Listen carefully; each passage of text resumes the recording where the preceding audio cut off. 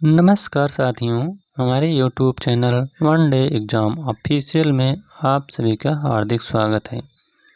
आज हम भारतीय राजनीतिक चिंतक के अंतर्गत जो नया चैप्टर लाए हैं, इसका नाम है पेरियार इरोड वेंकटप्पा रामास्वामी नायकर, जो कि TGT, PGT, JIC-LT, नेट आदि विभिन्न परीक्षाओं के लिए बहुत ही महत्वपूर्ण होने वाला है। तो चलिए शुरुआत करते हैं। पहला पॉइंट है पेरियार जी का वास्तविक नाम E.B. रामास्वामी नायकर है।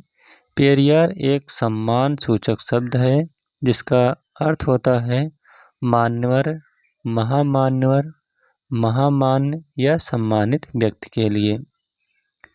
नेक्स्ट पॉइंट है यूनेस्को की घोषणा में पेरियार को नवीन युग का महात्मा, दक्षिण एशिया का सुकरात, समाज सुधारक आंदोलन का पिता, अज्ञानता, अंधविश्वास, निरर्थक रीति रिवाज और निम्न एवं हे वास्तविकता हे व्यवहारिकता का घोर शत्रु कहा गया है।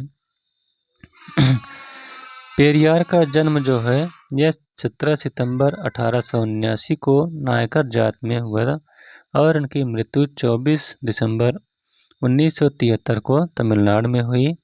पेरियार 1904 ईस्वी में काशी की यात्रा पर गए। पेरियार 1919 में चक्रवर्ती राजगोपालाचारी के अनुरोध पर कांग्रेस के सदस्य बन गए। पेरियार नगर पालिका के चेयरमैन भी बने।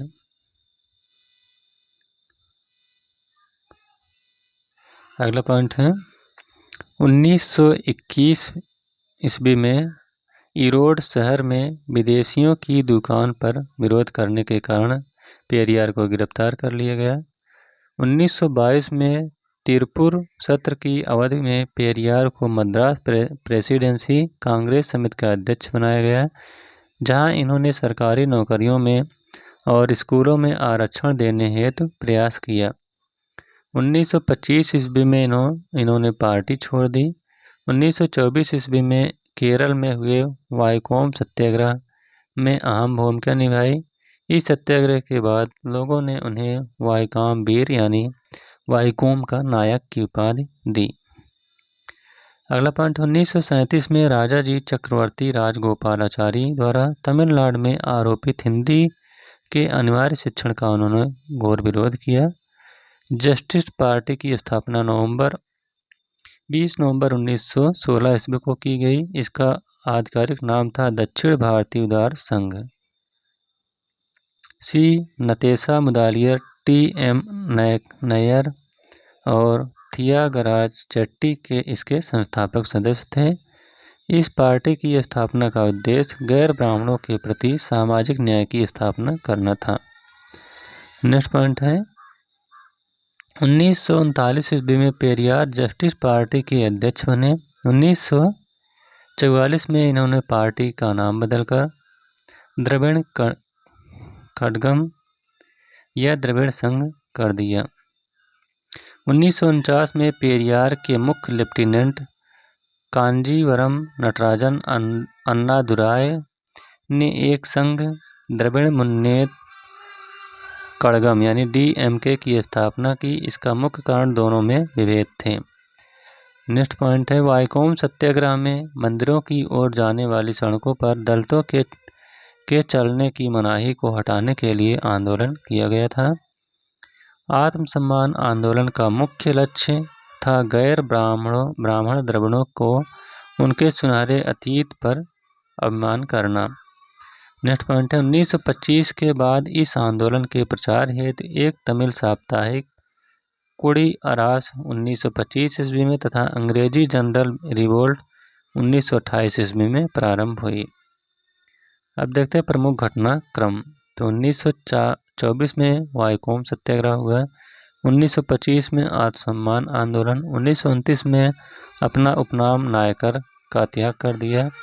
1938 में तमिलनाडु तमिलों के लिए का नारा दिया।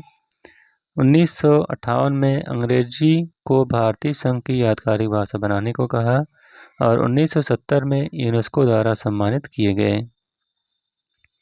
अगला पॉइंट है ब्राह्मण जात के लिए संदेश में पेरियार ने कहा भगवान, धर्म और शास्त्रों के नाम पर तुमने हमें धोखा दिया है। नेक्स्ट है, पेरियार कहते हैं कि आत्मसम्मान की दार्शनिकता ने यह शिक्षा दी है कि सभी मानवीय क्रियाओं का आधार समुचित कारण होना चाहिए। कार्य विश्लेषण करके ही कोई निर्णय करना चाहिए। नेक्स्ट पॉइंट है, पेरियार ने स्त्रियों को पुरुषों के समान कानूनी अधिकार, अच्छी शिक्षा और संपत्ति में अधिकार की वकालत की।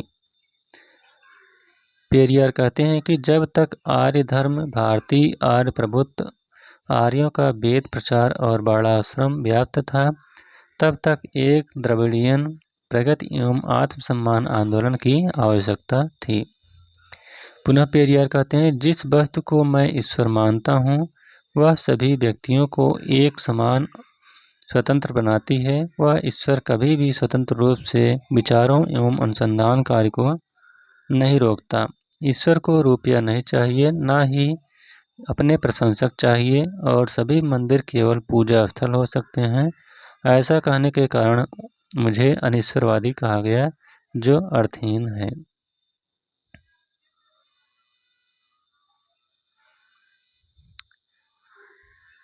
अगला पॉइंट है, वाल्मीकि रामायण के रावण को द्रविड़ जात के आदर्श नायक के रूप में चित्रित किया और राम को आर्य जाति के दुष्ट व्यक्ति के रूप में। उन्होंने पेरियार रामायण की रचना की। नेक्स्ट पॉइंट है, आत्मसम्मान विवाहोत्सव आयोजित किए जिसमें ब्राह्मण पुरोहितों के बिना विवाह संस्कार हुए। अब देखते हैं पेरियार की कुछ रचनाएं। पहली है व्हाई वेयर वोमेन इनसॉल्व्ड। दूसरी है पेरियार ऑन बुद्धिज्म। तीसरी है थॉट्स ऑफ पेरियार। चौथी है दी रामायण ए टू रीडिंग, जो कि 1959 ईस्वी में। इसके हिंदी अनुवाद जो किया गया है उसका नाम है सच्ची रामायण। कब? 1968 ईस्वी में। किन्होंने की? ललई सिंह यादव और राम आधार ने। तो इस प्रकार से यह वीडियो यहीं पर समाप्त होता हुआ। यह वीडियो आपको कैसा लगा? अगर अच्छा लगा हो तो वीडियो को लाइक, शेयर और चैनल को सब्सक्राइब करिएगा। Thank you.